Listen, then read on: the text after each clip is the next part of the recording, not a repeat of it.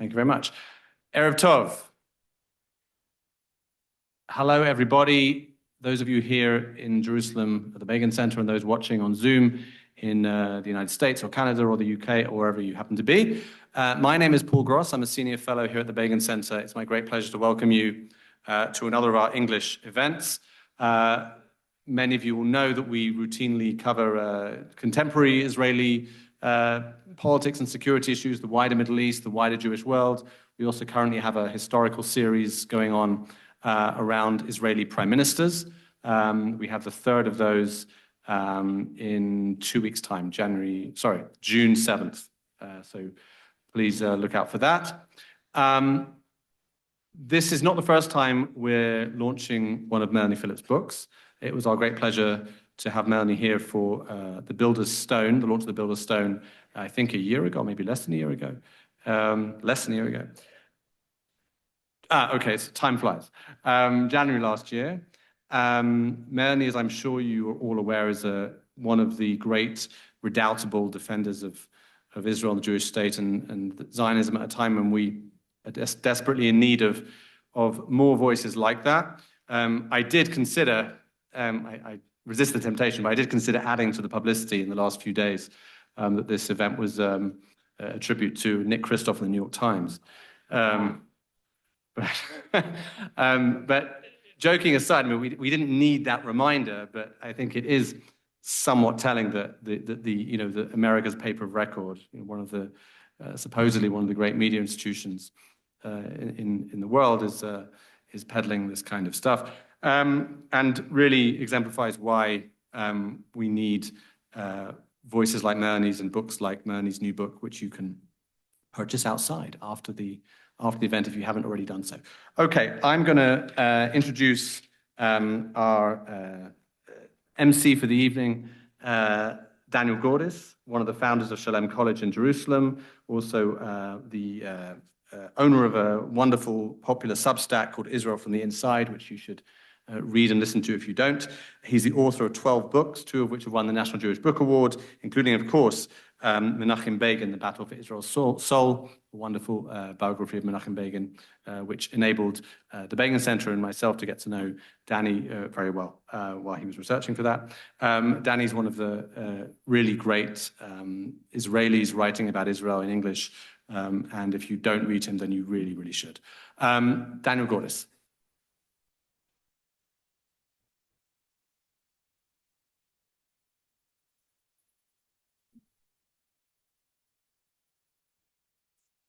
Thank you very, very much, Paul, for the gracious words.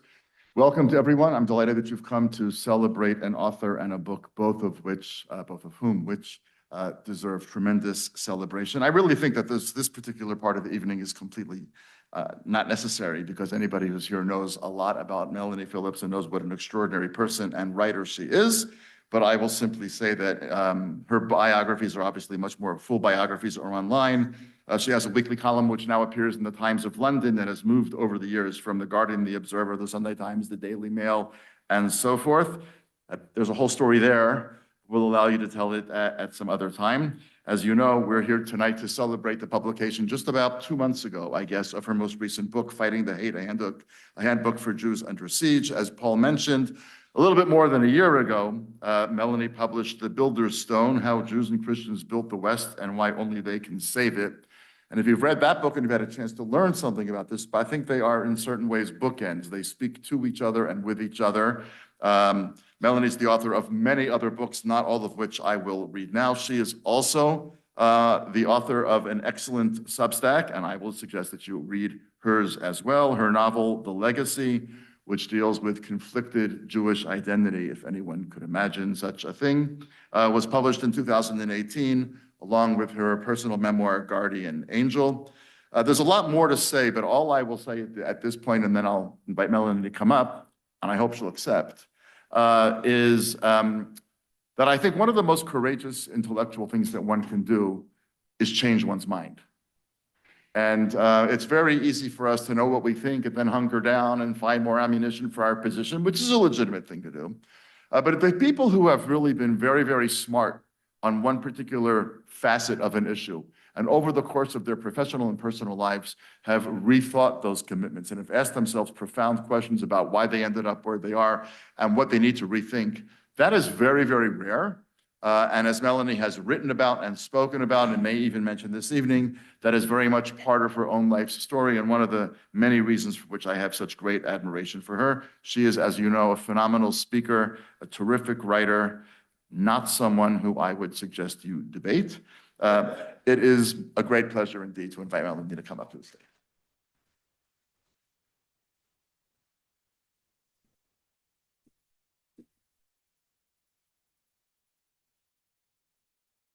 Thank you very much indeed, Danny. I must say I'd like to meet this Melanie Phillips.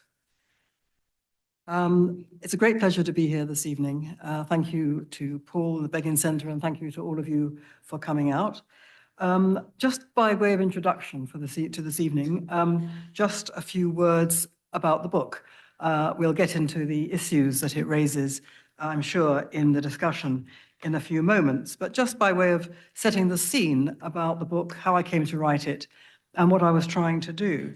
As Danny has just mentioned, I wrote a book called The Builder's Stone, which was published in, I think, January last year. And I went and promoted the book in various Jewish communities in Australia and America and in Britain. And in all of them, in all of these communities, I found Jewish people in a state of absolute shock. They couldn't believe the malice and hatred that had been unleashed against both Israel and them in societies which they'd considered to be their home, especially in Australia, where they'd never had any feeling of antagonism by the culture towards them. They couldn't get over the fact that what were clearly demonstrable falsehoods were being treated as unchallengeable truths, and they were being gaslighted. That is to say, they no longer knew, many of them, who or what to believe, and they had no idea how to respond. One Australian businesswoman told me that she negotiates contracts as part of her daily routine, and she told me that in the middle of negotiating a contract, I think with another woman, and I think they were sitting across a table or across a desk, and they were having a normal negotiating conversation. And then the other woman said, without preamble, "Why are you killing babies in Gaza?" And this Australian businesswoman said to me, "What should I have said? What should I have done? Should I have responded by saying, 'How dare you, this is anti-Semitism, get out of my office'? Should I have responded by saying, 'Well, you know, I know how you think that, but it's a more complicated story, and let me tell you'? Should I have done that? Or should I have ignored it and said, 'I can't lose this contract'? What should I have done?" she asked me. And so I sidestepped the question and said, "What did you do?" And she said, "I ignored it, and I feel badly about it." And I was getting this from all kinds of people, and I decided that I would try to write the book. What struck me in all these conversations was that so many people thought there was nothing they could do. This was anti-Semitism. Anti-Semitism is always with us. It's irrational. You can't argue against it. And it's all too late because the West is lost and it's all over for civilization. Well, I don't agree with that. I think much can be done by individuals and by the Jewish community leadership. That's why I wrote the book, to make a stab at suggesting how both individuals and the community should respond. And so I try to explain in the book what's going on. I say that how you respond, there's no one template about how to respond.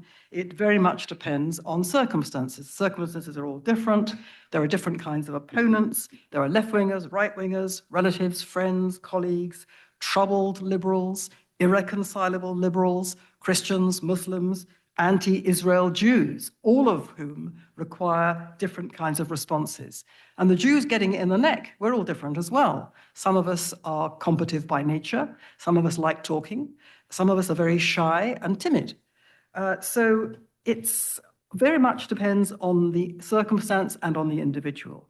But it seemed to me that in all these circumstances, when faced with an onslaught of this kind, people, whether consciously or unconsciously, ask themselves a question: do I fight or do I flee? And if you decide to flee, it seemed to me also that there may be very good reasons why you decide to do nothing. But if you do that, that has some consequences as well. And we all need to understand what all these consequences are. So a few tips that I make I volunteer in my book, if one wants to engage at some level. The first thing to say is to park your anger and distress. Venting might make you feel better, but it will achieve nothing.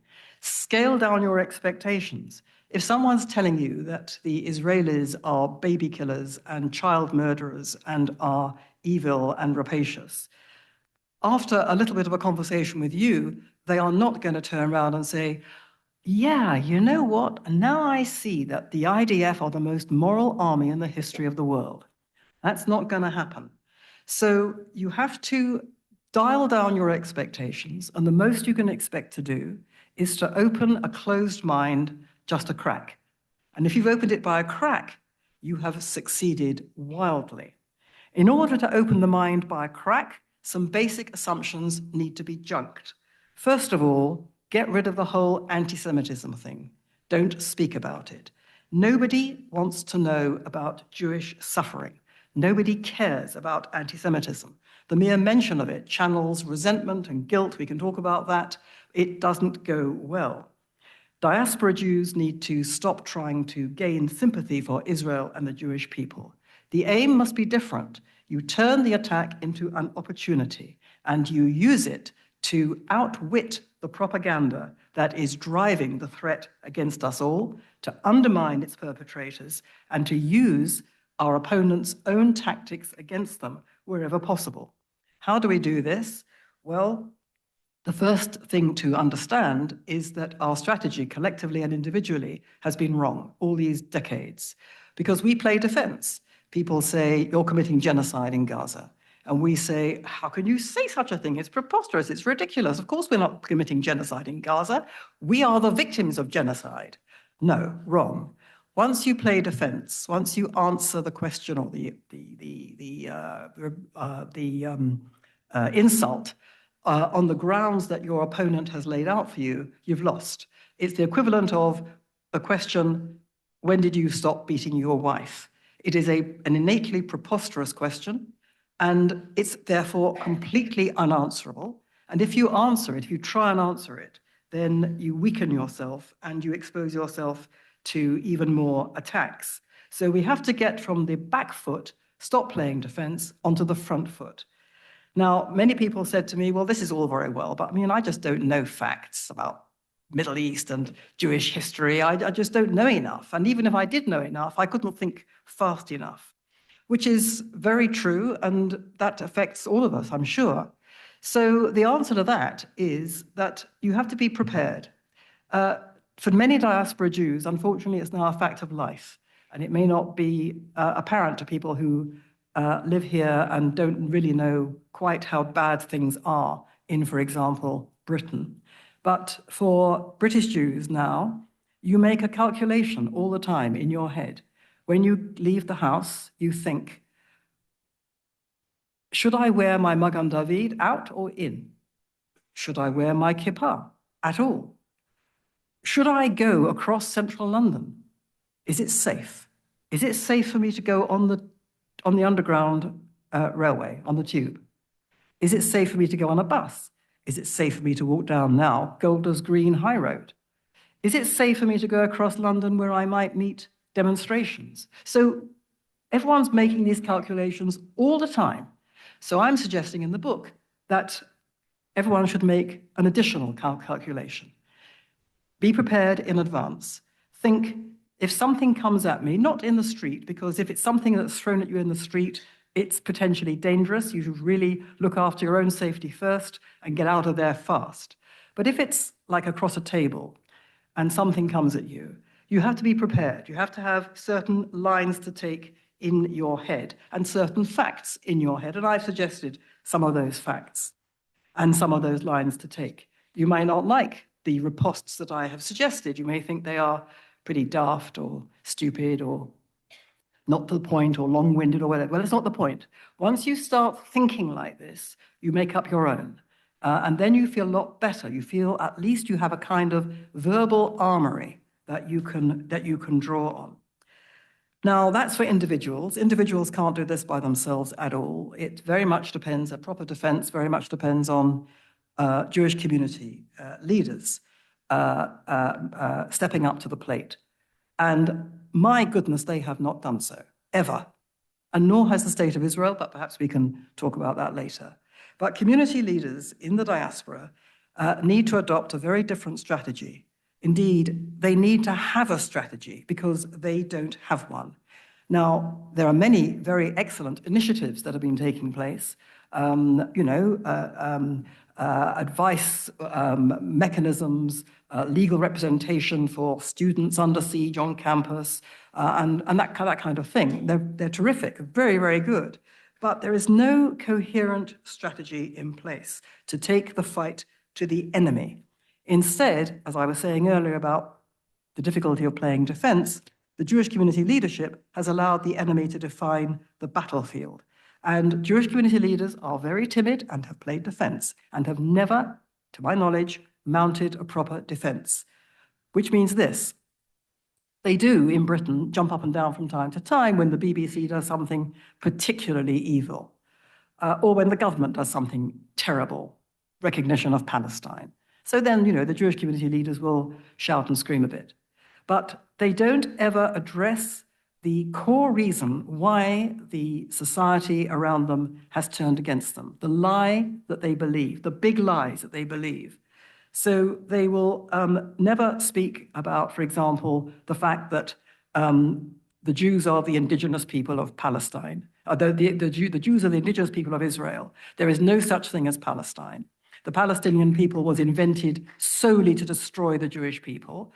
And the Muslim community has got a major problem because while anti-Semitism is everywhere, the Muslim community is leading this terrible thing because anti-Semitism is absolutely out of control in the Muslim community. You will never find a Jewish community leader saying any of those things. Why? Fear, ignorance of both Jewish history, Middle East history, and Islam. And third, because so many of them believe the lies, at least some of them. And among American Jews, the number who believe the lies without even realizing they're believing anything is very large. So in addition, I would say we have to collectively stop focusing on dead Jews and start concentrating on live ones. Enough with the Holocaust. Holocaust studies have exploded over the last 2 or 3 decades, and anti-Semitism has exploded with it. Okay? Whatever people thought they were going to do, they did not address the problem of anti-Semitism. It actually, I think, helped fuel it. What the Jewish community leadership has to do is to concentrate on live Jews. It has to counter the anti-Israel propaganda in schools by developing its own curricula. It has to counter anti-Zionism and demonstrate, forget anti-Semitism, anti-Zionism is an evil in itself and why. It has to explain that Judaism is the unbreakable bond between the people, the religion, and the land. And it has to tell all these things to its own children because so many Jewish children are being brought up without any knowledge of these things, without any knowledge of Jewish history, without any admiration for what the Jews have contributed to Western civilization. Even, I'm thinking about America, I've met countless young people who've come out of Jewish schools, which, teach them, I'm sure, they're the last word. They are the last word in Gomorrah and in ritual purity rules, but they know virtually nothing about how Israel came into being, the modern state of Israel, and they know virtually nothing about how Israel was the national kingdom of the Jews, who were the only people for whom it was their national kingdom. You talk to them about this, and their mouths drop open. They have not heard it said. So we need to concentrate on live Jews, not dead ones. So to conclude, I would say to do all this, to defend Israel and the Jews, Jewish people need to believe in Israel and to believe in and know about and love Judaism. Too many Jews don't know enough and have absorbed at least some of the lies without realizing it. Really, the book is an attempt to say we all have to be out and proud in a way that we don't even realize we're not out and we're not proud. Thank you.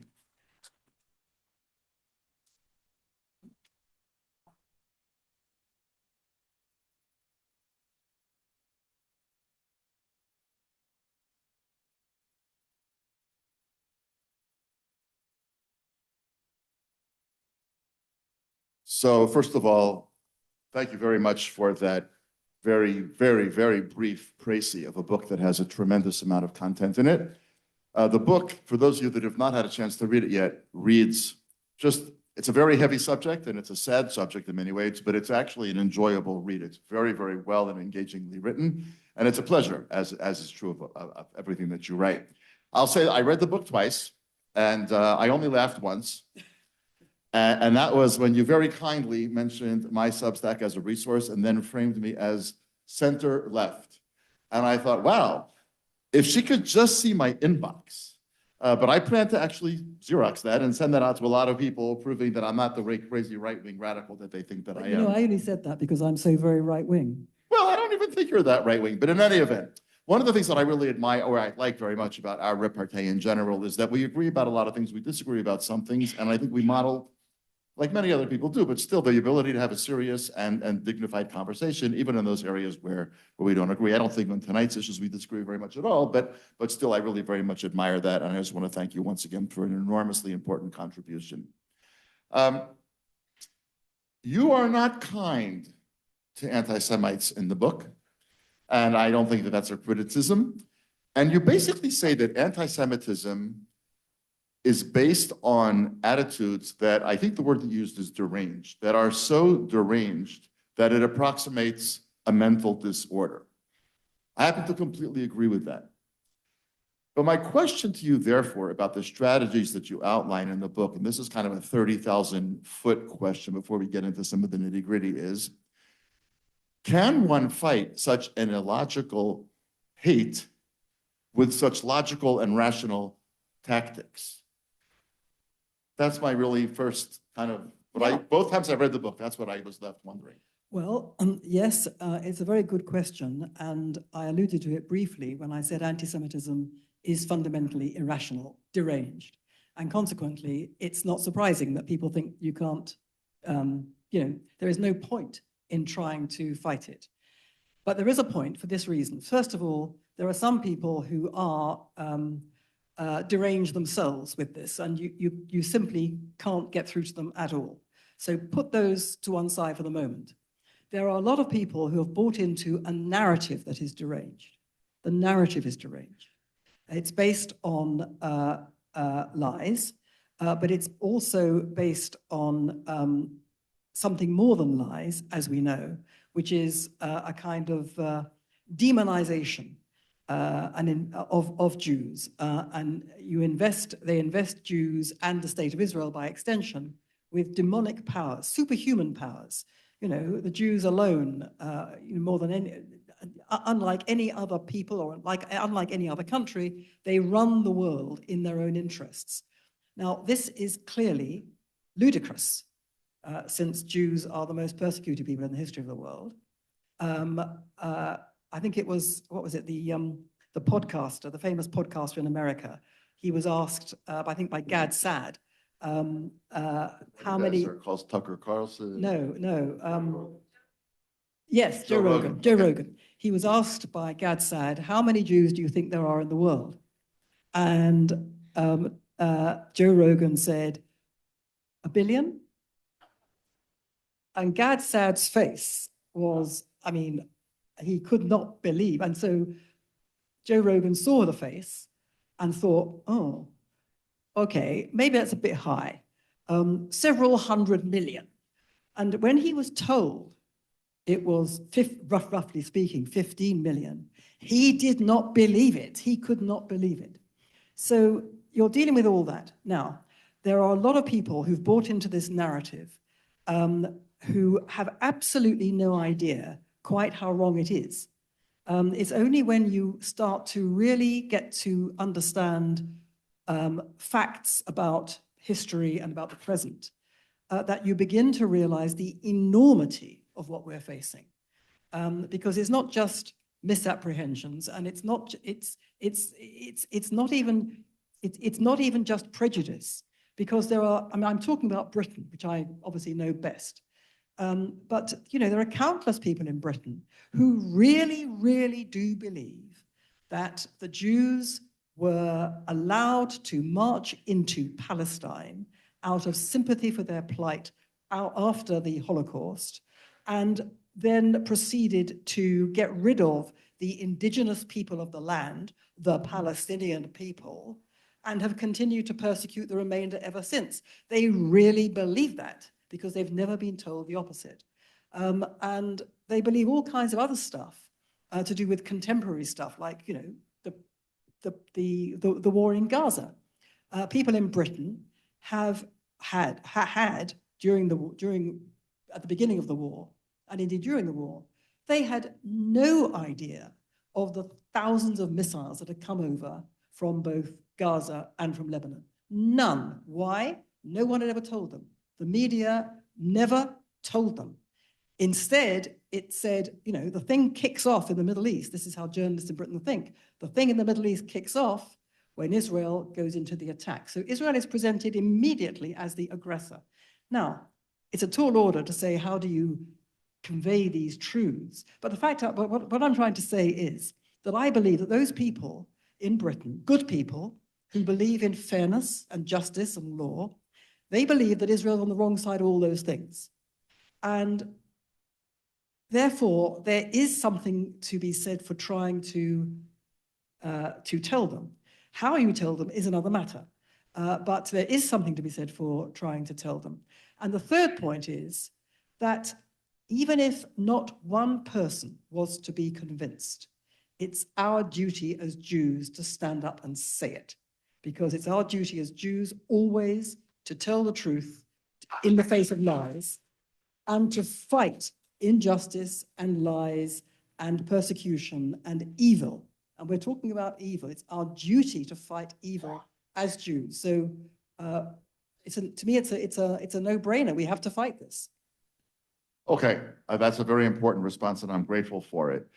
Let's divide these people who have bought into some of these arguments into several different categories.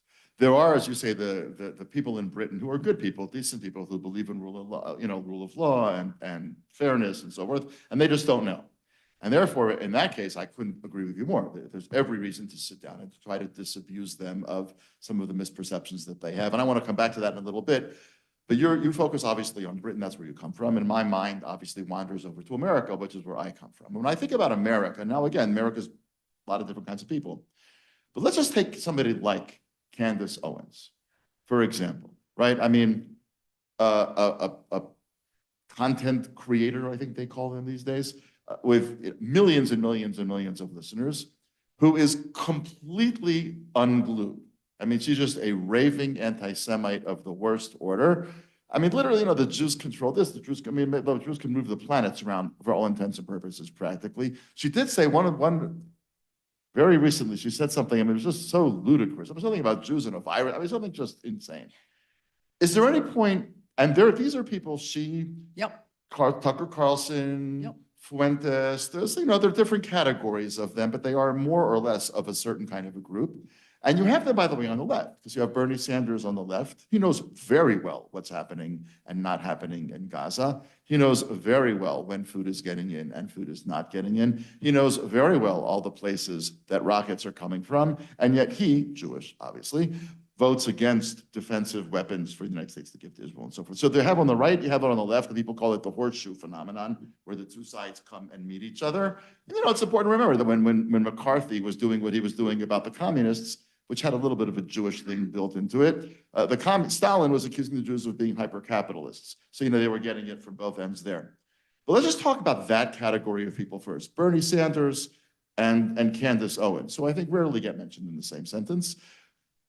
Is there any point taking that on? Because that's not in any way whatsoever the result of a lack of knowledge. Okay, no, with Candace Owens, it is, well, I was going to say it is derangement. She does look deranged. And I do look, when I look at Tucker Carlson, I think, what are you smoking? Where can we get some? What are we on the other hand, there are people who say they're just being paid by Qatar. So I don't know, maybe it's venal. I think it's a mistake to take on those people in themselves. As much of a mistake to say Tucker Carlson and Candace Owens have said X, Y, and Z, and this is why it is so completely ludicrous and wrong. No, that's the when did you stop beating your wife situation. The point about why, the reason why we're so worried about those individuals is because they're talking to an enormous constituency. And that's what we have to look at. How do you get to that constituency? I would ignore that. I would address focus my attentions on the constituency. Now, put Bernie Sanders aside for the moment.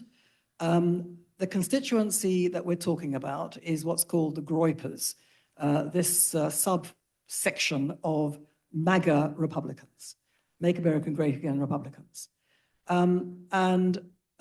They have gone down the rabbit hole of anti-Semitism, going back into American recent history of isolationism and anti-Semitism, and there are numerous examples of that.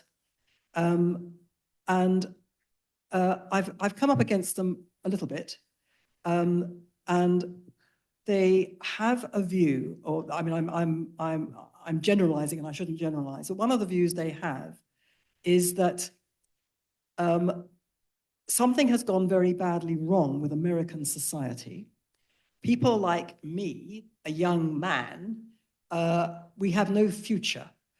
We have, you know, my comrades have given their all in American wars in the Middle East, which we had no interest in, and have come back maimed or dead. And I have come back and have no job, and I have no prospects, and I will never find a house. And I'm being told that my masculinity is a real problem.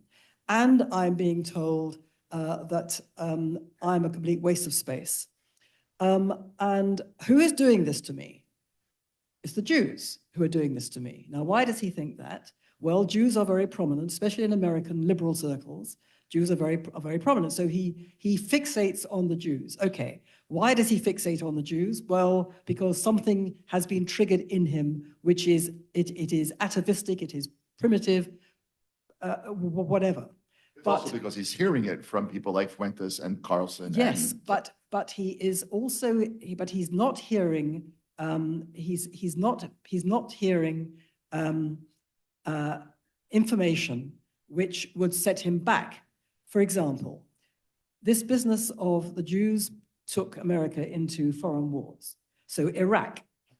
Now, I know that's what people in Britain told me when the Iraq war was on. I was told by a British Army colonel that in the back of a taxi, that the trouble is George W. Bush has Ariel Sharon's hand up his back. And I said to this British Army colonel, I'm very surprised to hear you say that, because my understanding is that Ariel Sharon has advised George W. Bush that Iraq is the wrong Muslim country beginning with the letter I. That the real problem is Iran. Don't bother with Iraq. And this British Army colonel said, that is amazing. I have never heard that before. Now, you know, all these Americans, they need to understand that, you know, Israel actually advised against it. Now, would that have any impact? By itself, probably not. But there's a number of things like that which one can address. It would be a great help if Jewish community leaders, and I know this is, I mean, don't laugh when I say this, but it would be a great help if American Jewish community leaders were to stand up in public and say, we agree that young American men have got a really bad rap from liberal rubbish. That would be a help, because then they couldn't say. But so you can't expect liberal Jews to say that. But where are the non-liberal Jews? There are enough non-liberal Jews in America who have voices, who have pulpits, or what, literal pulpits or secular pulpits, who could stand up and say this. Why don't they? Doesn't even occur to them. Doesn't even occur to them, or they are frightened of the blowback, which would be considerable. But my goodness, it would change the atmosphere. Suddenly you have Jews standing up fighting for me, a young, despised American man, that kind of thing. So don't go to the Candace Owens and Tucker Carlsons.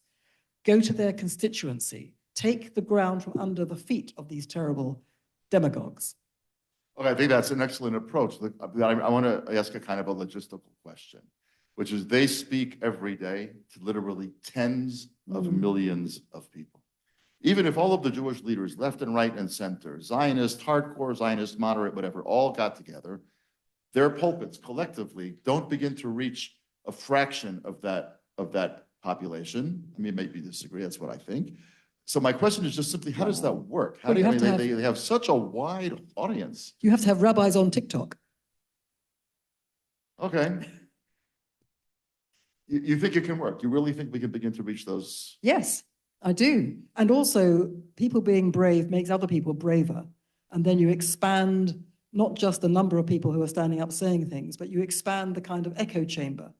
One of the main problems is that the echo chamber is where people only hear one discourse. Once they then people measure what they think by who is saying what. So these people are saying that, and I admire these people, and therefore I believe that what they're saying is true and right, and therefore I'll go with that. And if you find that the people that you admire are actually, or in some way admire, are standing up saying something different, and then you find more and more people are saying that, and then you find perhaps there's an argument, and then you're at least thinking, well, it's an argument. I wonder what I think about this, because I can see that I would not be alone. It's not a lone rogue voice saying these things. There's tremendous power in numbers, which again, I think people don't really appreciate. If you stand up and say these things on your own, you get shot down, you get despised, you get laughed at, because nobody else is saying it. If you get 100 people saying it, then it's a different matter. Okay. You're an optimist about several things. You're an optimist about the power of ideas, which I completely share. You're an optimist about the degree to which, and I'm going to speak about Americans for a second, because when I go to Britain, it's museums and shows. But you're an optimist about the degree to which Americans are open to and exposed to ideas. I'm more pessimistic about that. I think that the intersection between most Americans and an idea is coincidental at best in most cases. And I say that with great sadness, because one of the things that America, I mean, if you look at the founding fathers of America, or you look at the Federalist Papers, I mean, the American Revolution and the Zionist Revolution actually share many things in common. One of them is that they were revolutions of letters, and they produced an inordinate amount of literature because they were based on serious engagement with profound ideas among people who often didn't agree. And one of the terribly sad things I think about African America now, and this is true of its institutions of higher education, supposed higher education, is also that ideas, I think, have disappeared. So you're an optimist in a way that I kind of, wish that I could be convinced that I'm going to try to let that seep in. My kids, if they were here, would be whispering to me, Abba, listen to her. Not everything is horrible. But in any event, I think it's a really important argument that I made. And I want to switch gears a little bit, but to kind of just try to, again, to look at this diamond of your argument from a slightly different refraction. I was sitting at breakfast this morning with somebody who's fairly high up in the foreign ministry. And we were talking, and we were actually talking about our days, and we were talking about what we were doing during the day. And I said, at the end of the day, I had this. And he goes, how does she produce all of that? Every time I turn on my computer, it's a new book, it's a new podcast, it's a new this. So you should know that people at the foreign ministry are noticing, and that's a very nice thing. Well, that's a first. Okay, well, maybe. I wasn't surprised that he thought that way. I thought he was very impressed. Needless to say, the conversation made its way over to Nicholas Kristof. and this is not I'm not going to say who this person was, but Go he's on. not left, and he's not really even center, I think. But he said something very interesting, I thought, and I want to hear what you would have to say about it in terms of making these arguments back to people to try to disabuse them of some of the preconceived notions with which they arrive. Talk about Christopher. Obviously, it's a travesty. The whole article is a travesty, and he knew it, and it was timed to be out the day before Israel published the report on sexual violence, even though the New York Times claims that's not true. Of course, I mean, we all agree. But he gave me this deep sigh, like the oi, and he said, you know, it would be just so much easier if we could absolutely deny everything in these God. screeds. Please. And he said to me, but we all know that some bad things do happen. And I think we do know that. I mean, and I think that, and you and I may disagree about the facts here a little bit, that's okay. But does one, in making these arguments, is one better off saying, no, that is completely false? In other words, there's been no genocide and there's been no loss of innocent life that Israel could have prevented reasonably if it was trying to prosecute this war. Does one say that Israel never blocked food going into Gaza? Does one say that nothing that Nicholas Kristof says has anything based in reality? That's a tactic, it's a strategy?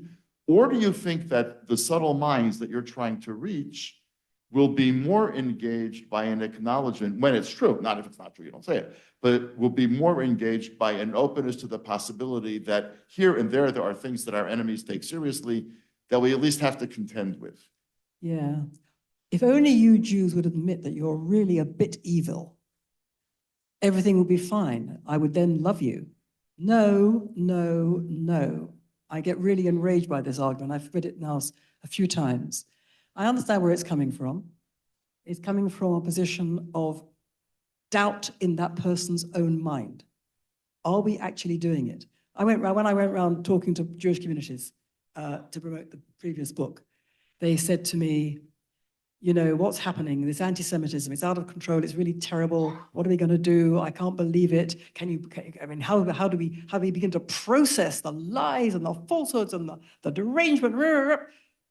But do you think they have a point? Now, I mean, you know, it's the doubt. So let's go back to the premise of your question. Of course, Israel or the IDF or whoever in Israel does do bad things, because every society, without exception, does bad things. Every army does bad things. The most you can hope for is that the bad things will be held, the people doing the bad things will be held to account. Okay, so we can all have an argument about whether they're being held to account or not. But the fact is that Israel is the only country in the world where it's put under this kind of microscope and held to a standard which is impossible, of perfect behavior. So let's assume, let's agree that Israel does bad things. It's not the point, it's a different argument. If the Nicholas Kristofs of this world were saying, you know, do you really think that the IDF is handling, you know, there are these occasional cases which come up of ill treatment of Palestinians? Do you think that Israel has got the right sort of approach, that the IDF is doing everything it can? Okay, that's a discussion. That's not what's being said. Right, no, that's for sure. But I want to just follow through on the tactical side here. Okay, so we know that, yeah, there are probably a few bad eggs, Yep. and that's Okay. terrible, and it's not what we want. But as you say, it happens in every army, it happens in every society, it happens everywhere. Now we know what Nicholas Kristof said, which is a screed. Yeah, but you can't say, we know what Nicholas Kristof said, and it's clearly ridiculous, but Okay, it's partly but true. that's my question. So how does the argument go? So I'm sitting on a college campus, God forbid, but let's just say I was kidnapped and put on an American college campus and had to stay there for a few hours because I'd committed some terrible crime in a previous lifetime. And a person, brings out the Nicholas Kristof thing. Now, there's a fork in the road. If I say, well, of course some things happen, then you're saying I've fallen into that trap right away, and I've acknowledged the legitimacy of putting Israel under a different microscope and so forth. But if I say, no, that's ridiculous. In other words, this is not happening, then this person could obviously open up the Israeli. What's not happening? The specific things that Nicholas Kristof has said are not happening. Okay, but what if this person, I'm just trying to get to the sort of peel this onion until we get to the very core of it.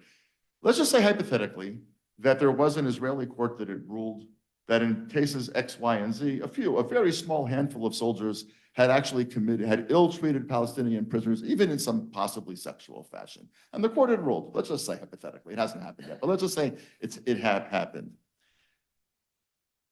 So then I can't really say to this person on this college campus, the things that Nicholas Kristof is saying didn't happen. You're going to say, I think, no, what he's describing is a systemic, he's making a systemic accusation, and that is completely false. But in my argument with this person in the cafeteria, can I have that argument about the falseness of the systemic accusation when this person brings up what this individual Israeli court says? What's my response in that argument at that moment? In that argument, if the person brings up a specific ruling by an Israeli court, assuming the Israeli court is broadly correct, I mean, okay, but let's assume that, then you say, well, that is the case, that, the court did find that, and that is, whatever happened is bad, and it's great that the court it's entirely right and proper that the court has found against this individual. That's how Israel behaves in these cases. That's how Britain behaves, we hope. That's how America behaves, we hope. But that's not the point. The point is we're talking about Nicholas Kristof and what he said. You don't go down that road. Okay, so you can't say it's not true. You can't say that's not true. But if someone says to you, so Nicholas Kristof says, there is systematic rape of Palestinian men going on in Israeli prisons, the answer is, well, there might be a bit, because, I mean, then the person will think, oh, yeah, okay, so it's true, basically. It's basically true. You have to say, that is a complete nonsense for the following 6 reasons. If that person says, but there are cases, here is the Supreme Court saying, you say, yes, of course there are cases. There are individual cases, just as there are in Britain and America, but the court has dealt with it. What's the issue? That's not the issue. The issue you've asked me about is Nicholas Kristof. Let's get back to that. Okay. Be very focused. I'll ask you one more question in this regard, and then I want to change the direction a little bit. Then shortly we'll open it up to our guests and participants today. The New York Times had an article that very few people spoke about that I thought was almost as outrageous as Nicholas Kristof's article. I mean, maybe not quite, but it annoyed me no small amount, which was how Israel comports itself with voting for the Eurovision. Oh, yeah. Now, if you read the article very carefully, sort of sat down like it was a daf yomi, God forbid, lahavdil elef alfei avdalot, but right, you read it like, I'm gonna really read this thing carefully. What the article basically said is, Israel follows all the rules and does an amazing job of getting people to vote for it. It's not a crime. Right. But the article was written dripping with such hatred for the Jewish state and such enmity. So it's kind of the opposite side of the Candace Owens, but here's why I mentioned this specifically. So I was, what are you gonna do? I was at 2 Shabbat meals over the course of Shabbat. That happens periodically. And at both of them, neither of which happened at my house, the subject of at what point do you cancel your New York Times subscription came please. Up. And, I said, well, my wife does Wordle, so I cannot cancel the New York Times subscription and stay married. So that's not an issue for me. But I want to know, what do you think the American Jewish community should do with outlets like that have completely gone off the rails and are so, when the paper of record is so viciously anti-Israel, when Jews want to fight back, is that a tool in their toolbox? Or should they? What? Subscriptions. Yes, of course it is. Okay. No self-respecting Jew should be reading the New York Times. Just like no self-respecting Jew should be reading Haaretz in English or The Guardian. Power of the purse. Divest yourself, boycott it. Don't buy these wretched papers. It's the only thing that matters to newspaper editors and publishers is sales, circulation. They also can't stand ridicule and being shown up to be utterly incompetent as journalists and mendacious and all those sorts of things. But basically, I mean, I'm horrified by the fact that so many Americans that I meet when I go to America, you know, the New York Times is sitting on their kitchen table. I mean, I would just throw it out. Okay. No, that's a very fair argument.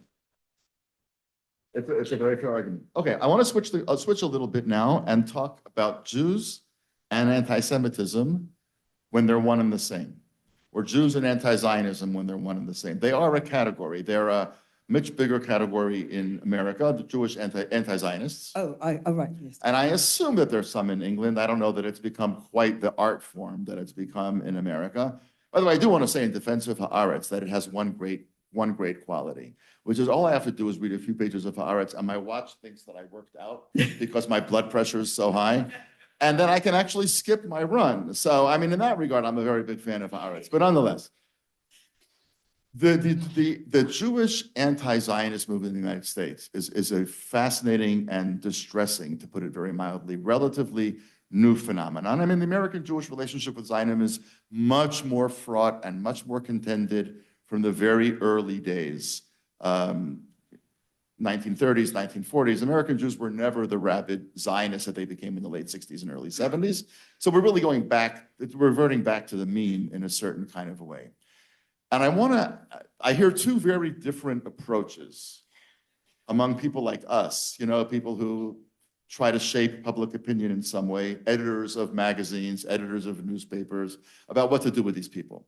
Some people say, do not give them any oxygen. I know one person who edits a very well thought of journal in the United States, deals with Jewish subjects, who said nobody writing about them even is getting an article put in this magazine. We're going to just starve them of oxygen until they go away, even though there's obviously very good arguments made against them.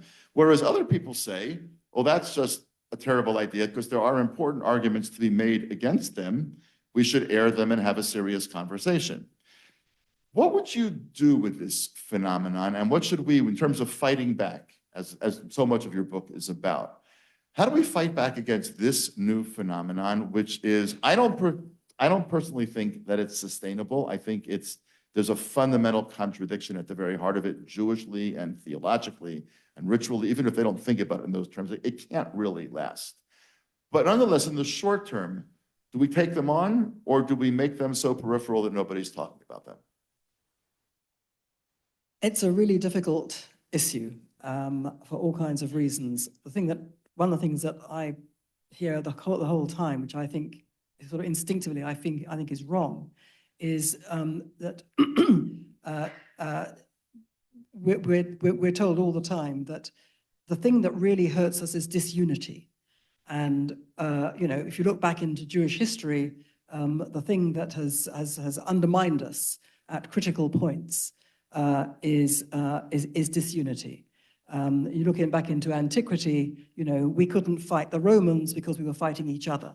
Well, no, actually, we couldn't fight the Romans because the Romans were the Romans. And certainly disunity is bad. It certainly weakens any body of people that Well, it also strengthens us in certain ways, I think. Well, I think that the internal discord is part of what's made us so intellectually rich. Well, that's not, well, by disunity, we're thinking about fighting, about arguments, and, you know, antagonism, aggression, that kind of thing. So unity is much to be preferred to disunity, but it can't be the be all and end all, because if, just to take an obvious thought experiment, if 99% of Jews decided that Jewish precepts really were just dreadful, and we should all basically adopt liberal universalism instead, and therefore be better Jews, Judaism would collapse, but we would be united. In other words, that's a reductio ad absurdum, but nevertheless, you see what I mean. So what do you do with these anti-Jewish Jews? Do you ignore them? You can't ignore them because they are doing such terrible damage to us. They are being used and are using themselves, but they're certainly being used by the people who want the Jewish people gone from the world to be able to, they're being used as human shields so that those people who want us gone can say, I'm not a Jew hater. Look, my best friends are Jews. And we have several of those in Britain, in the political class. Jeremy Corbyn made an art form of this. So it's true that Britain doesn't have as many anti-Jewish Jews as there are, as it's not so much of a phenomenon as it is in America. And why is that?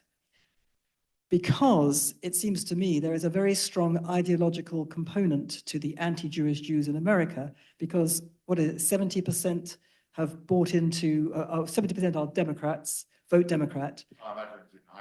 Okay, I can say 70, 80%. And those people have bought into the ideologies which are inimical to both Judaism and Western civilization. Unlike Britain, where there are some people like that in the Jewish community, the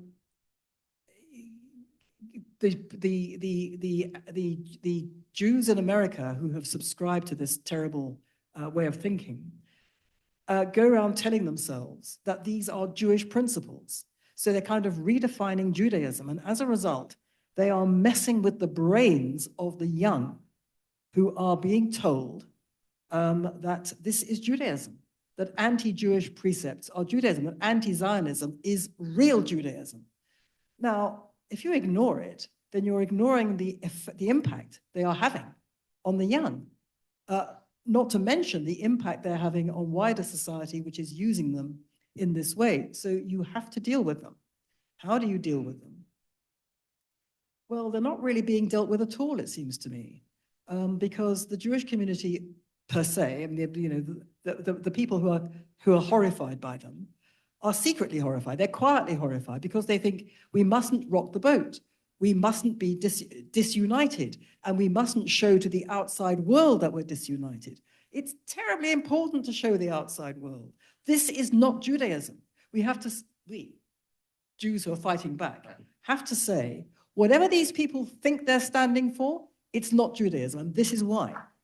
And you have to spell it out. You have to spell out to the unknowing the unknowing world out there, and the unknowing Jews in here, who have to spell out why it's not Judaism, because many Jews have no idea that it's not Judaism. They may not be signed up to, intersectionality and Black Lives Matter and, transgender rabbis for whatever it is. But they may not be signed up to all of that, but they don't know that this is actually a kind of, metaphorically speaking, a dagger at the heart of Judaism itself. They have no idea because they don't know enough about Judaism. Someone's got to tell them. You've got to start educating American Jews in what Judaism is before they can even understand how their heads are being messed with and why their kids are going mad. I mean, I was in meetings in America and I would get these questions from grandmotherly types who would say, what do I tell my granddaughter? And you look at this woman and you think, well, what have you told her for the last 30 years? i.e. nothing that she actually needed to know. And that's the point. So you have to take them on, but you have to take them on in a smart way. And every community is different. And the American Jews are different for the reasons I've said from British Jews. They're heterogeneous within themselves, obviously. Yeah. So anyway, that's, a small thought for a very big problem. Now, one of the things that comes through in your book throughout, and I obviously couldn't agree with you more, is the absolute need for a much, much deeper Jewish knowledge of Jewishness, that the minute you don't know anything about Judaism, you're easy prey for a lot of this kind of stuff. And the other night, we were just about to go to sleep, and my wife said, are you ready for the Melanie thing? And I said, I think so. And then I got into bed, I was like, oh my God, what if I'm not? So I ran downstairs, and I spent several more hours going down the rabbit hole. Oh my goodness. And I read this thing that you wrote terrible. several times about the importance of the substance of Jewish life. And I started to play with certain things because now AI is our best friend. And I said to myself, I wonder if the land of Israel is a more common character, so to speak, in the Hebrew Bible than any other human characters. So I started to ask around, and it turns out, just for an example, that King David is mentioned 700 and something times. And, Moses is mentioned 700 and something times. King David, whatever, that person is mentioned 900 and something times. And the land of Israel, not the phrase the land of Israel, but references to this place as our home and the magnetic attraction between this people and this land is mentioned more than 1,000 times. So I think, there's things that people could say just to sort of get them fascinated, like, oh, all of a sudden it's not a marginal issue in Jewish life. It's actually more central to the Hebrew Bible than King David or Moshe Rabbeinu. Yeah. So I thought that your notion about the importance of diving down into Jewish education is so important, because it'll also force Jewish educators to ask themselves again, what have we been doing wrong for the last 30 years? Yeah. And the answer is basically everything. Exactly. But there's a tremendous amount here that's rich for Jewish educators and Jewish policymakers and so forth. I want to ask you one last question, and then we'll open it up for people. I don't know if everybody here has read about Chagai Segal's piece that came out on the Makor Rishon right before Yom Ha'atzmaut. Chagai Segal, Amit Segal's father, a very well-known journalist in his own right. He was at one point the editor of Makor Rishon. Now he's a writer for Makor Rishon. He does many other things. He's a very smart guy. People agree with him, will disagree with him. It's the nature of the beast. He wrote a piece right before Yom Ha'atzmaut, which he's actually walked back a tiny bit, but where he said to American Jews mostly, but to Zionist Jews, but American Jews specifically, he called them traitors. He used the word bogdim, which he then had to walk back a little bit, but let's leave that hyper whatever a little bit. He said basically there's only one place in the world for Jews to be. Jews got to be here. Just let's be honest. He said, this is the place where Jews thrive as Jews. This is the place where Jewish culture thrives. This is the place where language thrives, literature thrives. You and I both live here. We both know that it's true in many, many ways. If you could, Melanie Phillips, dealing with all of this hate, wave your magic wand and say, one of the ways we're going to avoid the hate in the streets of London and the streets of New York is we're going to come home. We're just going to get the Jews to come here. And I understand that it's not going to happen tomorrow, and you and I are not talking about that. I just want to get to the core of the idea. With the Jewish people, should that be our aspiration, to give up on fighting this monstrous hate, which is so irrational to the point that you call it a mental illness, and I think quite rightly? Just get out and come here and make this place the place that it should be.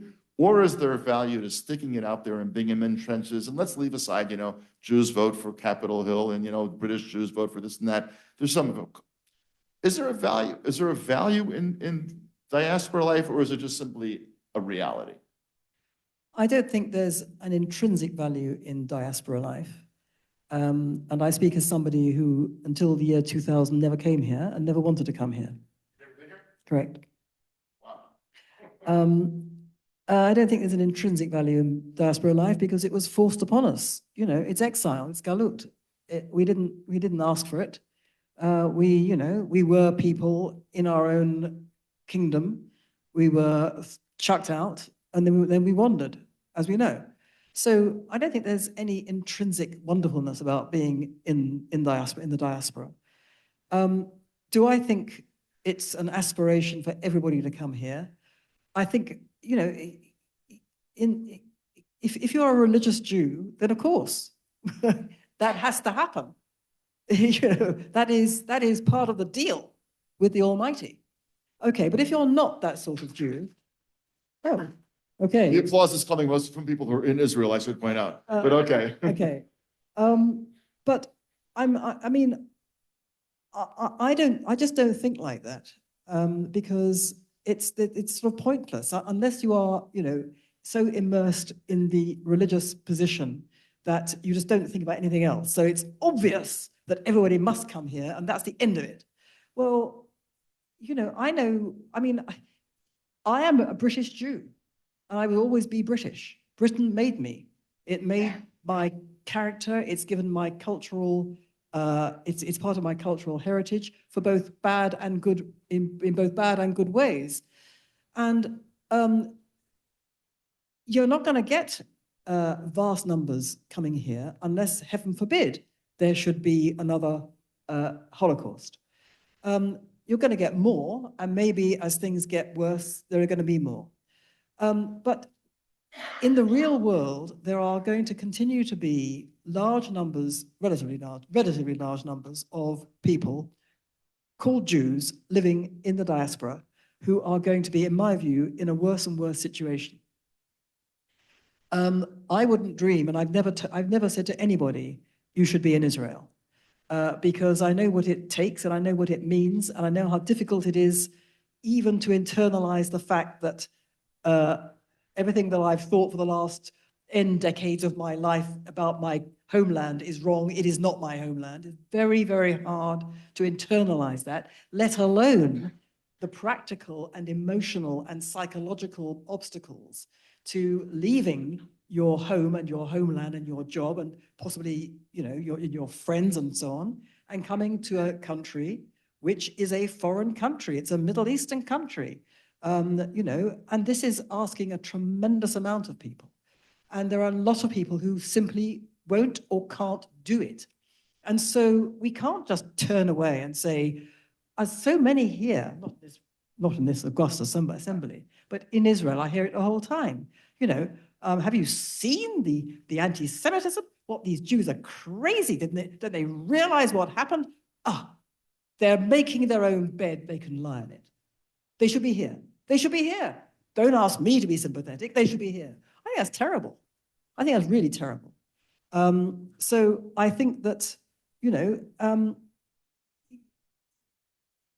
it is the right thing to do to try to work out ways in which Jews in the diaspora can make a better fist of defending themselves and defending the Jewish people, not least because, quite apart from the anti-Semitism, the Jewish, I mean, I can't speak other than about Britain and America, but in numbers, sheer numbers, they're going, they are disappearing, they are assimilating. We're losing people not to anti-Semitism in the sense of, heaven forbid, killing them. We're losing them through assimilation. So this is something that should concern us, that they're just disappearing. So I don't think we should abandon them. I don't think we can abandon them. I don't think we should take the view that they should all be here. So, you know, they should just hurry up and get on with it and get on the next plane, if they can find a plane. Yeah. British Airways canceled its flights again today. So. Oh, well. We're going to open it up. I'm just going to remind some people of the following things. Two things. We're actually here to learn from and listen to Melanie Phillips. So I invite you to ask a question, but it's a question for her to respond to. And the other thing that I'll remind you is that a question is a sentence that ends with a question mark. So a question for her to respond to. We'll try to get to as many people as we can in the time remaining. And I guess you're going to bring around mics, Paul, bring around microphones. Okay, so it's a little hard to see out there, but I'm going to try to see. Yes, woman in the front here in the hat. Thank you very much, Melanie. I'm a big fan. And you're a living example as to how one person can make a huge difference. So thank you. I would like to address the issue of how young Jews in America voted for anti-Semitic Mamdani because he sold them on the socialist agenda. And as the colleges have sold socialism, Israel is perceived as a successful capitalist entity. So they have no interest in Israel if they don't have feelings of despising Israel, and they have no interest in Judaism. So how can we dispel this ideology and bring these Jews back to have an interest even in things that are Jewish? Well, clearly the vote for Mamdani touches upon all the things that we've just been talking about, which is the extreme poverty of their knowledge of Judaism, what it is to be a Jew, and of Israel, and the fact that they don't have love for Israel, the Jewish people, and Judaism because they know very little about it. So it's almost an impossible question to say, you know, you're presented with, you know, n thousand young New Yorkers who voted for Mamdani because he was promising them, what was it, free groceries or, you know, whatever. Free buses also. It was free everything. It's looking at it, I'm afraid, you know, you can't persuade them not to vote for Mamdani if they believe all the things that led them to vote for Mamdani. All the things about Israel, which are false, all the things about Judaism, which is like all the things about all these ideologies that they subscribe to. So it's an educational process which has to be led by community leaders, both in and out of Judaism. I mean, beyond the Jewish community, in order to correct the way of thinking which led them to vote for this appalling man in the first place. Now, can they be persuaded out of it? I suspect not, unless the pain he causes them becomes apparent. So, for example, if he fails to deliver on his promises, if they find that under him, you know, I don't know what it is, they still can't get a house, like the cost of living, it's even more difficult to live in New York. They really don't like the rats that are infesting even Tony streets with the mountains of garbage. I was there a few weeks ago. I mean, I was like amazed. I mean, like mountain ranges of garbage, people just sort of stepping around them. I mean, this is ridiculous. So there has to be a level of pain, at which point credulous people say, you know, it's called buyer's remorse. Credulous people say, actually, you know, he hasn't lived up to his promises. Okay. So then, you know, you make some progress in terms of their voting intention. That doesn't address the central problem, which is why they voted for him in the first place. Yes, please. Yes, the person looked around and said it was that. All right. First of all, thanks for giving me the opportunity, and of course for, well, you know, doing your part to, I don't know how to say it, make our name, you know, great in the world again, as it were. My question is, you opened the evening talking about how we can't play on the defensive. Now, the problem is that all these anti-Semites, they have shields, they have blockages. For instance, if I were to go on the offensive, they'd accuse us of being Gentile haters, for instance, or and of course, if I need to actually seek out the anti-Semitism, that means that there's not much to fight. And if I were to play on the defensive and what was it? Answer by just denying what they say, then it goes like this. They say, you say tomato, I say tomato, and I'm like, okay, where are your sources? What's your proof? Then I deny their proof with my own sources, and they accuse my sources of being like, well, okay, sure, if someone's gonna say tomato, then that's what they're gonna say. I mean, they're not gonna consider it credible. And then if I were to answer their question with a question, they accuse me of trying to change the subject, trying to get around it. I mean, if they're willing to sit down and listen and talk, whatever, then fine. I can ask them, do you acknowledge that October 7th happened? Then do you acknowledge that that itself was a genocide? Do you acknowledge that we have the right to fight back? And finally, after we've seen what we've done in Iran, we obviously have firepower. So if we're doing genocide, then how come Gaza is not a parking lot, right? But I mean, but most people aren't willing to sit down and listen to these things. They're going to just say you're trying to sidestep. Okay. So what I've said in my book is that you have to find ways of surprising them and changing the subject. They're saying, you know, you're committing genocide, you're baby killers, you're starving them, and so on.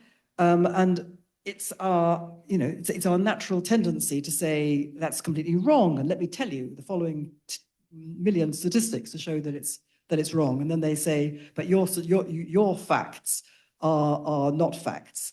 My truth is better than your truth. And that sort of conversation. So you don't have that conversation. You don't have that conversation. You just think to yourself, it's an opportunity now to do something that's going to take this person aback, surprise him or her, and possibly open the mind just a crack. How am I going to do that? And you have to be armed in advance. But for example, some of the examples, some of the suggested ripostes that I suggested.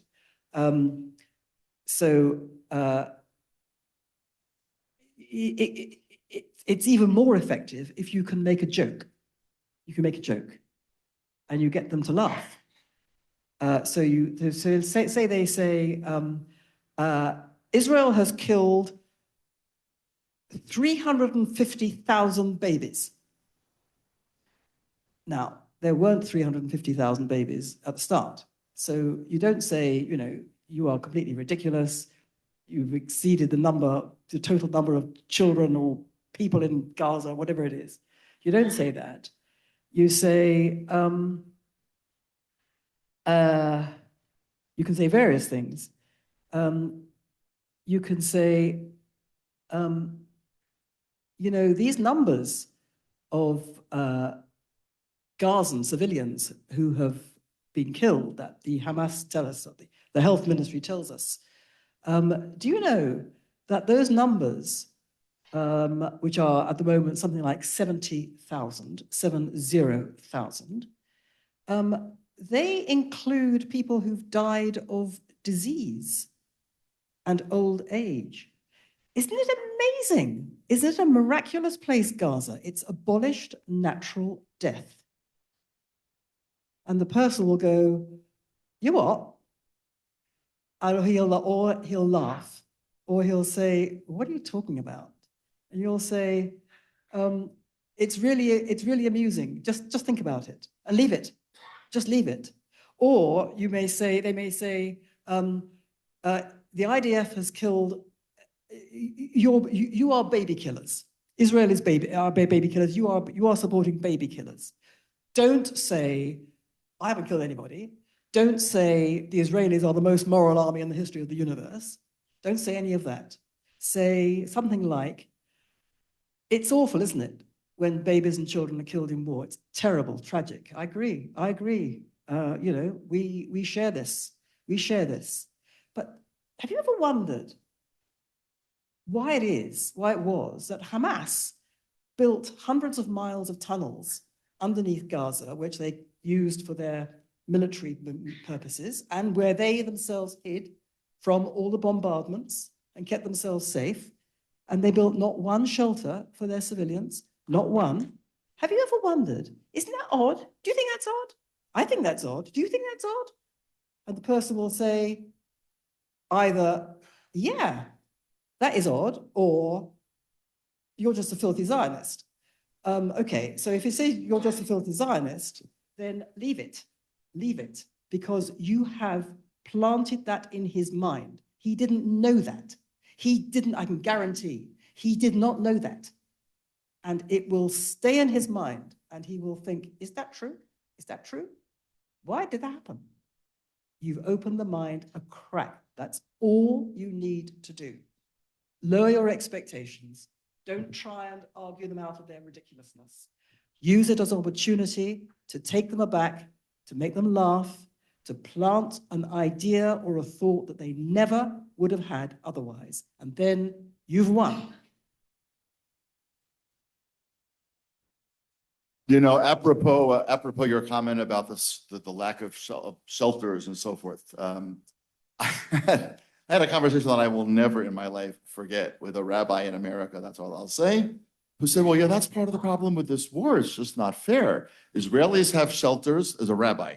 Israelis have shelters and Palestinians don't have shelters. If God granted us these shelters and God did not grant them shelters, you know, that one I didn't bite for. We have time for just another couple of very quick questions. So please, one or two more, and then we'll call it an evening. Melanie, you mentioned several times the power that community leaders could have in influencing, especially as a response to the media and their broad audience.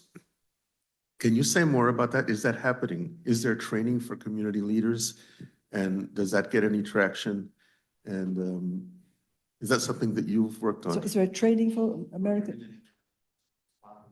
You mentioned community leaders as a response and a remedy for. Is there training for community leaders to do some of what you're talking about? They should read my book. No, but let's push it further. I mean, the book is out, the book is fabulous, the book is critically important. What's the next step for actually trying to get, I mean, again, I'm going to revert back to America Well, more than England. yeah. How do we get American Jewish leaders to recognize that they don't have a strategy, as you said before, and to begin to think through what one would be? Well, first of all, you need new community leaders, because the current crop, it's a bit like, without wishing to be political, it's a bit like the entire political and IDF echelon here. They're all people associated with failure and disaster. You have to go to younger people who get it, who actually understand it. Those people, I'm talking about now about the community. I'm thinking about, again, about Britain, where there are some fabulous younger people. When I say young, like 30s, 40s, that kind of thing, who are not part of the establishment, who despise the establishment. And this, while the establishment is being silent and frightened and trying to work out how to triangulate themselves into a pretzel in order to appease everybody, these younger people are on the streets, they're organizing, and they're standing up and saying things and getting noticed and getting onto the media and saying things. And so that's the way through this. You have to somehow bring on and bring up people who can lead the community in doing these things, who will devise these strategies. There's so much talent out there, and there is so much to draw upon. I mean, one of the things I say briefly in the book is that what we've all been up against over decades is nothing short of psychological warfare. Now, the Jewish community leadership, both in the diaspora and in Israel, doesn't think like that. It doesn't think that in order to fight psychological warfare, you have to use psychological warfare. There are plenty of people in this country who, well, not plenty, but there are some, who are experts in what's called psyops. They should be used. They can be drawn upon.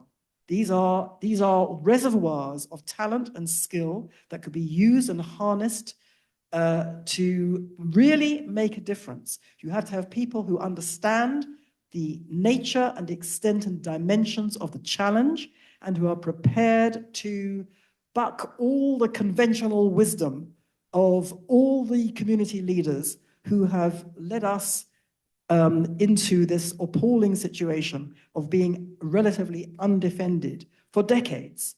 But they are there, we just have to find them. One last question in the back, please. Yeah, hi. Two quick questions instead of the 10 that I actually want to ask, but I'll have to do that another time.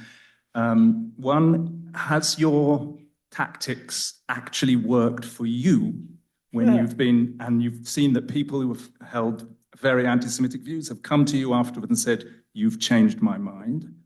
And the second question is, do you deal with all these very, very high profile scandals that have been out there with Jewish names, with Stein at the end of them, that are bringing down royal families and lots of other important people around the world, and now all Jews in the world are being called pedo-Zionists? Do you deal with that in the book?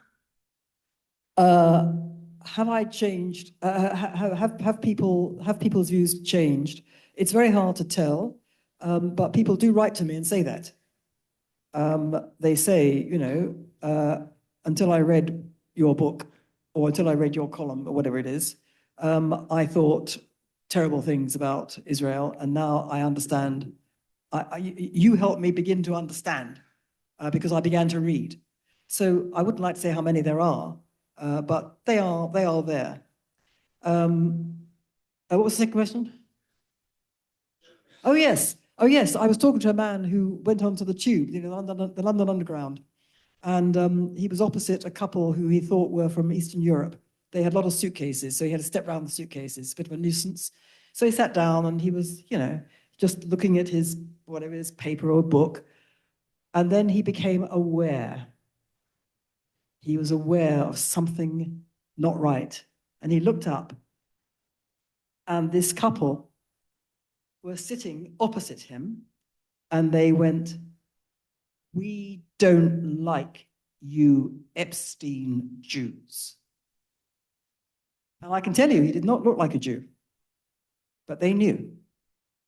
He was completely freaked out by this. So I've not come across that, personally. How do you deal with it? It's just another, it's just another kind of smear, insult, libel, grotesquerie, whatever, that is being thrown at us.